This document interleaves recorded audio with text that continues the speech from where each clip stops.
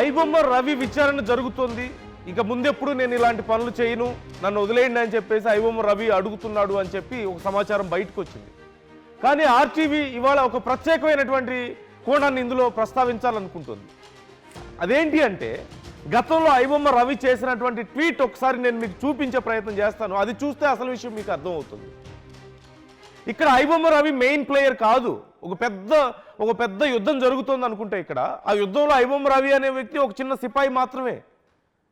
ఇక్కడ అసలు పిల్లర్స్ వేరే వాళ్ళు ఉన్నారు. ఇండస్ట్రీలోనే ఎవరైతే ఇండస్ట్రీకి నష్టం జరుగుతోంది అని చెప్తున్నారో వాళ్ళే అసలైనటువంటి నష్టాన్ని చేస్తున్నారా? ఇండస్ట్రీలో వాళ్ళే ఇంతకంటే పెద్ద స్కామ్కి పాల్పడుతున్నారా? ఐబొమ్మ రవి విషయాన్ని కేవలం పబ్లిసిటీ కోసం వాడుకుంటున్నారా అనే ప్రశ్నలు ఇక్కడ ఉత్పన్నం అవుతున్నాయి. దానికి ఒకసారి నేను ఆ ట్వీట్ని చదివి వినిపించే ప్రయత్నం చేస్తాను. అండ్ ఒకసారి మీ స్క్రీన్లో కూడా చూస్తున్నారు. Please give it to me PCR. ఒకసారి ఆ ట్వీట్ని నాకు ఇవ్వండి. ఒకసారి నేను ఆ ట్వీట్ చదువుతున్నాను. హియర్ వీ కెన్ సీ గతంలో ఐబొమ్మ రవి చేసినటువంటి ట్వీట్ అది. సో ఆ ట్వీట్ ఇక్కడ మీరు చూస్తున్నారు. మా టీం ముందే చెప్పింది మా మీద ఫోకస్ చేస్తే మేము మీ మీద ఫోకస్ చేయాల్సి వస్తుంది అని, కానీ మీరు మా మాట వినలేదు. మీరు ఏజెన్సీస్కి డబ్బులు ఇస్తున్నారు, కానీ వాళ్ళే మిమ్మల్ని తొక్కేసి మీకు నష్టం చేస్తూ చివరికి మా పేరు మీద వాళ్ళే ఈ బిజినెస్ చేస్తున్నారు అంటూ గతంలో ఐబొమ్మ రవి చేసినటువంటి ట్వీట్ ఇది. సో ఇక్కడ ఇది హైలైట్ అయింది. ఏది, మీరు మా మీద ఫోకస్ చేస్తే మేము మీ మీద ఫోకస్ చేస్తామని చెప్పేదాన్ని హైలైట్ చేశారే తప్ప అసలు విషయం ఏంటి? మీరు ఎవరికైతే ఏజెన్సీస్కి డబ్బులు ఇస్తున్నారో వాళ్ళే ఇవన్నీ చేసి మా పేరు వాడుకుంటున్నారు, మమ్మల్ని ఇక్కడ బ్లేమ్ చేసే ప్రయత్నం చేస్తున్నారు అని చెప్పి చెప్తున్నారు. అసలు మీరు ఆలోచించారా అని చెప్పి అడిగినటువంటి పరిస్థితి గతంలో. సో ఇక్కడ క్లియర్గా ఒకటే విషయం, ఐబొమ్మ రవి గతంలోనే చెప్పాడు, ఇండస్ట్రీలో కొంతమంది ఎవరైతే డబ్బులు ఇచ్చి ఏజెన్సీస్ నడుపుతున్నారో అవే ఏజెన్సీస్ ఈ దారుణాలకు పాల్పడుతున్నాయి. And at the same time ఈ ట్వీట్లో ఐబొమ్మ రవి మరొక విషయాన్ని కూడా క్లియర్గా చెప్పాడు. ఏంటంటే ఈ డేటా చోరీకి వాళ్ళు పాల్పడుతున్నారు, అది మేము బ్లేమ్ భరించాల్సి వస్తుంది అని చెప్పేసి కూడా చెప్పాడు. సో ఇట్స్ వెరీ క్లియర్, ఇదంతా కూడా ఒక పెద్ద డ్రామా జరుగుతోంది. ఐబొమ్మ రవి విషయంలో ఒక పెద్ద డ్రామా జరుగుతోంది.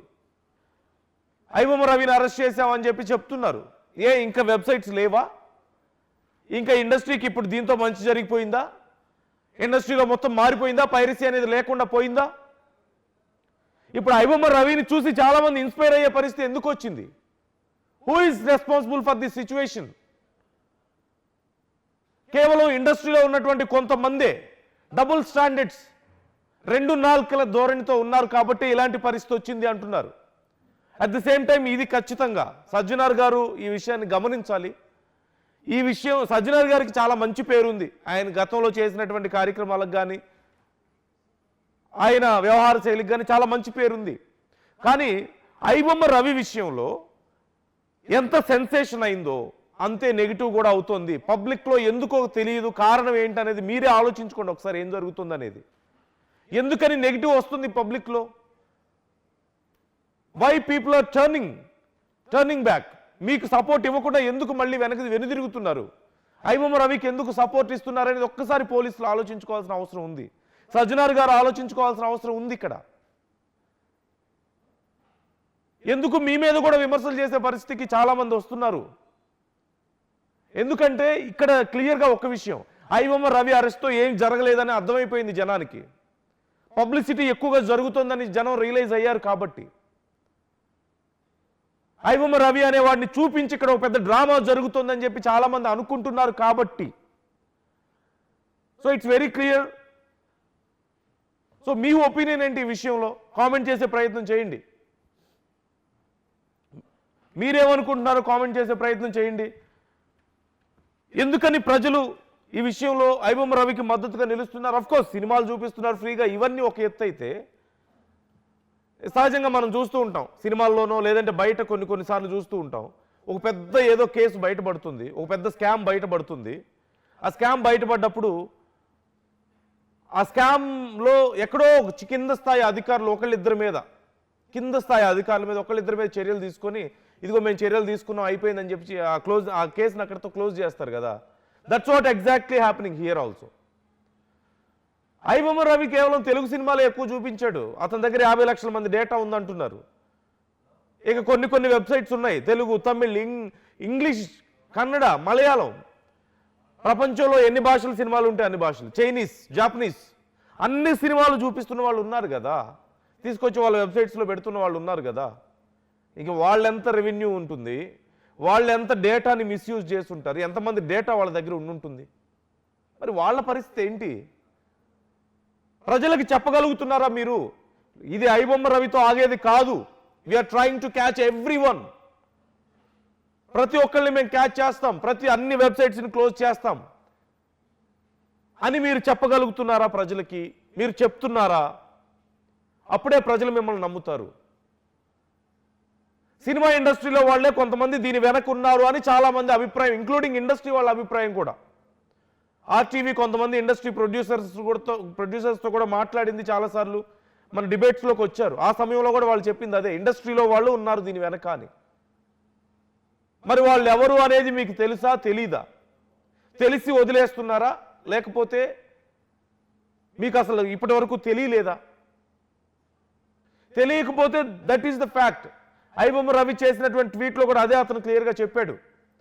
ఇండస్ట్రీ వాళ్ళే దీని వెనక ఉన్నారు, ఇండస్ట్రీ వాళ్ళు ఏజెన్సీస్కి డబ్బులు ఇస్తున్నారు, ఆ ఏజెన్సీసే మా పేరు వాడుకొని వాళ్ళు చేయాల్సినటువంటి మోసాలన్నీ చేస్తున్నారు, నిజంగా డేటా చోరీ చేస్తుంది వాళ్ళే అంటూ అందులో క్లియర్గా ఐబొమ్మ రవి చెప్పాడు. And it seems like it's happening. ఇది ఐబొమ్మ రవి చెప్పాడు కాబట్టి నిజమైపోవడం లేదు, ఇండస్ట్రీ వాళ్ళు కూడా అదే చెప్పుకుంటున్నారు కదా బయట. అది మీ దగ్గరికి రాలేదా? వచ్చినా మీకు వినపడినట్లుగానే ఉన్నాయి అవన్నీ. But why all this drama, why all this publicity?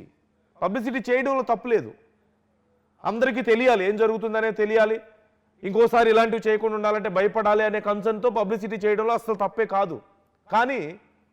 కానీ ఇది నెగిటివ్గా అర్థమవుతుంది ప్రజలకి. ఎందుకు? తప్పు మీ వైపు ఉందని ప్రజలు భావిస్తున్నారు. ఇదంతా కేవలం ఒక డ్రామా అని చాలామంది ప్రజలు భావిస్తున్నారు. పోలీసులకి ఇది నెగిటివ్గా టర్న్ అవుతుంది, సినిమా ఇండస్ట్రీకి ఇది నెగిటివ్ అవుతుంది. ఒక వ్యక్తి ఎవరైనా నేరం చేసిన వాడు పట్టుబడితే అతనికి నెగిటివ్ అవ్వాల్సింది పోయి అతనికి ఫ్యాన్స్ పెరిగిపోయి పట్టుకున్న వాళ్ళకి నెగిటివ్ అవుతుంది, సినిమా ఇండస్ట్రీకి ఎందుకు నెగిటివ్ అవుతుంది? So people are realising what's really happening here. So ఒక్కసారి ఆలోచించండి. అండ్ పవన్ జాయిన్ అవుతున్నారు, మా ప్రతినిధి పవన్తో కూడా ఒకసారి మాట్లాడదాం ఈ విషయం గురించి. పవన్, ఐబొమ్మ రవి విచారణ జరుగుతోంది, సో విచారణకు సంబంధించి అసలు డీటెయిల్స్ ఏంటి? అంటే నేను చేయను, నన్ను వదిలేయండి అని చెప్తున్నాడు అంటూ తెలుస్తోంది. Is that true? ఏం జరుగుతుంది? విచారణకు సంబంధించి డీటెయిల్స్ ఎలా ఉన్నాయి? అట్ ది సేమ్ టైం అసలు దొంగలను వదిలేసి ఏదో ఒక చిన్న వ్యక్తిని పట్టుకోవచ్చు. అందులో ఈ గేమ్లో ఐబొమ్మ రవి అనే వ్యక్తి ఒక చిన్న పావు మాత్రమే. అంటే చెస్తో పోల్చుకుంటే ఒక చిన్న సిపాయి మాత్రమే ఆ చెస్లో. అసలైన వాళ్ళు ఇంకా చాలామంది వెనకున్నారు. వాళ్ళందరినీ వదిలేసి ఇతన్ని చూపించి ఏదో పెద్ద డ్రామా నడుస్తుందనే అభిప్రాయం చాలా మందిలో కనిపిస్తుంది. And it seems like that. So మనం ఎలా చూడాలి ఈ విషయాన్ని? ఎస్ నందు, ఐబొమ్మ నిర్వాహకుడు ఇమ్మడి రవిని అయితే ఈ శనివారంతో అతని కస్టడీ అయితే పూర్తవడం జరిగింది. కస్టడీలో భాగంగా అతను విచారించినప్పుడు కొన్ని నిజాలు ఏవైతే తన పూర్తి డాటా ఎన్ని రోజులు అయితే నాచాడో, చెప్పకుండా గోప్యంగా ఉంచాడో అవన్నీ కూడా పోలీసుల ముందు మాట్లాడడం జరిగింది. నేను ప్రతిసారి మీకు చెప్తూనే వస్తూ ఉన్నాను, దీని వెనక పెద్దవారి హస్తం ఉంది, నేను ఒక్కడనే ఇది కాదు అంటూ కూడా చెప్తా ఉన్నాడు. మెయిన్గా ఈ సినీ ఇండస్ట్రీలోనే మీలానే పెద్ద భూతం ఉంది, దాన్ని పట్టుకోండి. మీరు నన్ను పట్టుకోవడానికి, ఐబొమ్మ నిర్వాహకుడు ఐబొమ్మ వెబ్సైట్ని పట్టుకోవడానికి ఏజెన్సీలకు డబ్బులు ఇస్తున్నారు, కానీ వారు ఆ డబ్బులు తీసుకొని నా వెబ్సైట్ బ్లాక్ చేసి వారే ఒక వెబ్సైట్ని రన్ చేస్తూ ఉన్నారు. ఐబొమ్మ FF.in అని ఒక పేరుతో, ఒక ఫేక్ వెబ్సైట్తో నా పేరుని యూజ్ చేసుకొని, నా ఐడెంటిటీ యూజ్ చేసుకొని వారే ఐబొమ్మ వెబ్సైట్ని రన్ చేస్తూ ఉన్నారు. అందుకే ఆ రోజు నేను ఒక ట్వీట్ పెట్టాను, నా మీద ఫోకస్ చేస్తే మీ మీద ఫోకస్ చేయాల్సి ఉంటుంది. అంటే ఈ పెట్టిన ట్వీట్ ఏదైతే ఉందో ఇది పోలీసులకు కాదు, సినిమా ఇండస్ట్రీ పెద్దలకు పెట్టినట్టుగా కనపడుతూ ఉంది. ఏదైతే ఫోకస్ చేస్తానంటూ ఉన్నది, ఆ నోటీస్ ఏదైతే ఉందో అది సినిమా పెద్దవాళ్ళకి తగలాలని పెట్టానంటూ కూడా ఆయన చెప్పుకురావడం జరిగింది. ఇదే విధంగా అందులో ఎవరైతే ఉన్నారో ఐబొమ్మ నా బ్లాక్స్ ప్రతిసారి నా ఏజెన్సీలు నా వెబ్సైట్ని బ్లాక్ చేస్తూ ఉన్నారు, కానీ ఐబొమ్మ FF.inలో మీరు సినిమాలు నటన చేస్తూ ఉన్నారు, ఇది ఎక్కడ న్యాయం అంటూ కూడా ఆయన మాట్లాడడం జరిగింది. ఇదే విధంగా ఆయన కస్టడీ పూర్తయిన సమయంలో నేను కేవలం అంటే కేవలం సినిమాలని టెలిగ్రామ్ ఛానల్ ద్వారా డబ్బులు ఇచ్చి కొనుక్కున్నాను. ఆ సినిమాలను డబ్బులు ఇచ్చి కొనుక్కున్నాను. దాన్ని కొన్ని ఏఐ టూల్స్ వాడి అండ్ దాన్ని ఎన్హాన్స్ చేసి దాన్ని high quality and Dolby Atmos sound వచ్చేలా చేసి నా వెబ్సైట్లో అప్లోడ్ చేసుకోవడం జరిగింది. నేను నేరుగా వెళ్ళి పైరసీ చేయలేదు, నేరుగా వెళ్ళి థియేటర్లో కెమెరా పెట్టలేదు. సో నేను ఇందులో ఇన్వాల్వ్ అవ్వలేదు. దీని వెనక చాలామంది ఉంటారు. సో మీరు నా మీద కేసు పెట్టాలనుకున్నా కూడా నేను డబ్బులు ఇచ్చి కొన్నవారి డాటా, కానీ ప్రస్తుతానికి రవి మాత్రం కొన్నవారి డాటా మాత్రం చెప్పడం లేదు. టెలిగ్రామ్ ఛానల్లో తమిళంబి, one Tamil rockers and movie rules వీరి దగ్గర నుంచి నేను సినిమాలు కొన్నాను. అదే కొన్న సినిమాల్ని అప్లోడ్ చేసిన తప్ప నేను నేరుగా పైరసీ చేయలేదంటూ చెప్తా ఉన్నాడు. ఈరోజు లాస్ట్ రోజు, నిన్న శనివారంతో లాస్ట్ రోజు కావడంతో అతని కస్టడీ ముగిసిన నేపథ్యంలో ఈ విసుపోయే నిజాలు అయితే బయటపెట్టడం జరిగింది. కానీ రవికి మాత్రం ప్రజల నుంచి ఎక్కడ లేని స్పందన వస్తూ ఉంది. కానీ వెబ్సైట్లలో ఓటీటీలో సినిమా చూడాలన్నా, సినిమా థియేటర్లో చూడాలన్నా కొన్ని వందలు వేలు పెట్టాల్సి వస్తుంది. ఐబొమ్మ రవి పుణ్యమా అంటూ మీ అందరం కూడా అందులో సినిమాలు చూస్తాను. కానీ రవిని అరెస్ట్ చేయడం కరెక్ట్ కాదు, అతన్ని విడిచిపెట్టాలంటూ కూడా ప్రజల నుంచి పెద్ద ఎత్తున హర్షం వ్యక్తం అవుతూ ఉంది. ప్రజల నుంచి కొంచెం ఆనందంగా చెప్తా ఉన్నారు. కానీ ఇప్పటికీ పోలీసులు కొన్ని విషయాలు ఛేదించడానికి ప్రయత్నిస్తూ ఉన్నారు. కరేబియన్ ఐలాండ్స్లో తన సర్వర్ డాటా ఎక్కడ ఉంది, ఎక్కడి నుంచి ఆపరేట్ చేస్తూ ఉన్నాం, ఇదంతా కూడా చెప్పాలంటూ కూడా పోలీసులు ఒత్తిడి చేసినా కూడా రవి ఎక్కడ కూడా తన సర్వర్ డీటెయిల్స్ మాత్రం ఇప్పటికీ చెప్పలేదు. కరేబియన్ ఐలాండ్స్లో తన స్థావరం ఏదైతే ఉందో దాని గురించి ఇప్పటికి కూడా చిట్టా చెప్పలేదు. కానీ మీరు నన్ను పట్టుకుంటా అనే ప్రయత్నంలో, కానీ సినిమా ఇండస్ట్రీలో పెద్ద భూతాలు ఉన్నాయి, కొన్ని పెద్ద తలకాయలు ఉన్నాయి, వీటిపై మీరుపై ఫోకస్ చేయండి. మీ ఏజెన్సీలు ఎంతసేపు నన్నే టార్గెట్ చేస్తారు, నా వెబ్సైట్ని బ్లాక్ చేస్తూ ఉన్నారు. కానీ పక్కనే ఉన్న ఐబొమ్మ FF.in అనే వెబ్సైట్తో సినిమాలు రన్ అవుతూ ఉన్నాయి. దాని ఎందుకు మీరు ఫోకస్ చేయట్లేదు? అందుకని నేను ఆ రోజు ఖుషీ సినిమా టైంలో, విజయ్ దేవరకొండ ఖుషీ సినిమా టైంలో వార్నింగ్ ఇచ్చాను.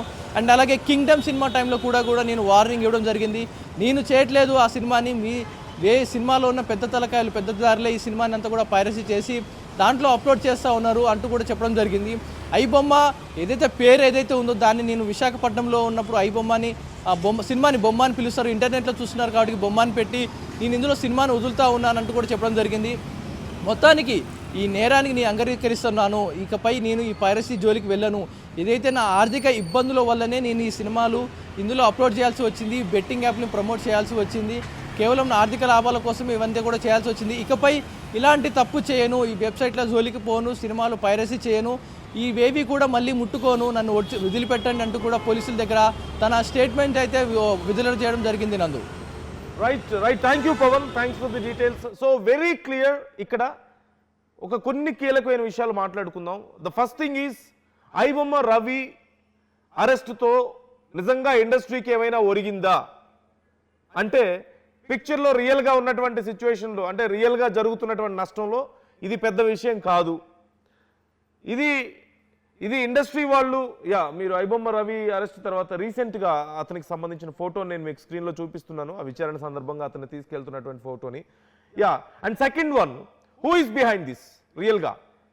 ఇది కేవలం ఐబొమ్మ రవి లాంటి వాళ్ళు కొంతమంది ఏదో డిజిటల్ క్రైమ్కి పాల్పడుతున్న వాళ్ళ జరుగుతుందా? కేవలం వాళ్ళ పనేనా అంటే నో, ఇండస్ట్రీ వాళ్ళు ఉన్నారు దీని వెనక. It's very crystal clear. Ravi గతంలో అదే చెప్పాడు అండ్ ఇండస్ట్రీ వాళ్ళు కూడా అదే చెప్తున్నారు.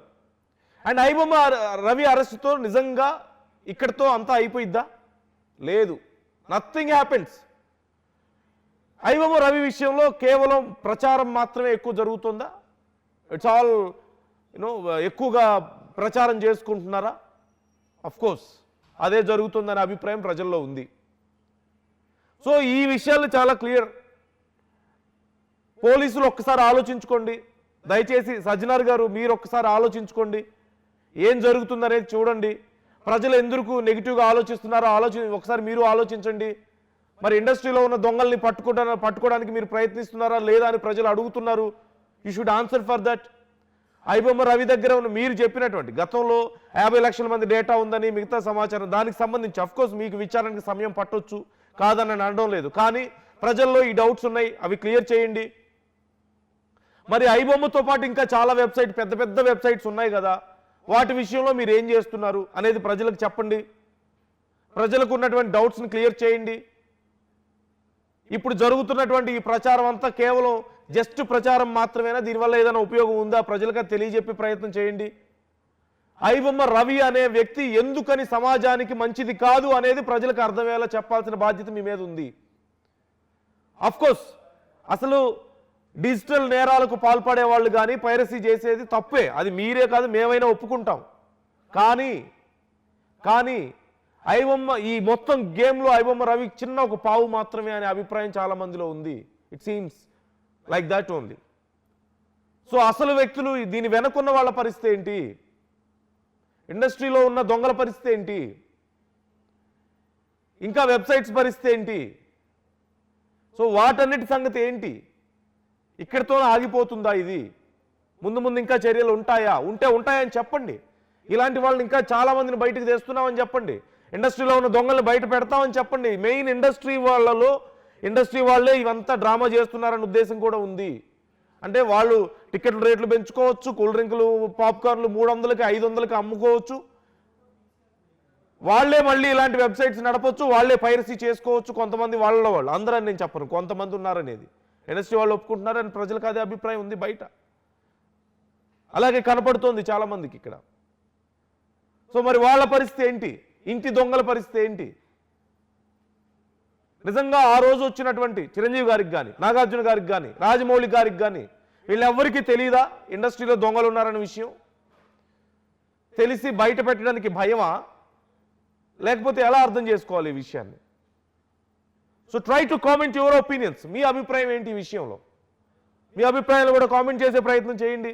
ఏం జరుగుతుంది, ఏం జరగాల్సిన అవసరం ఉంది ఈ విషయంలో?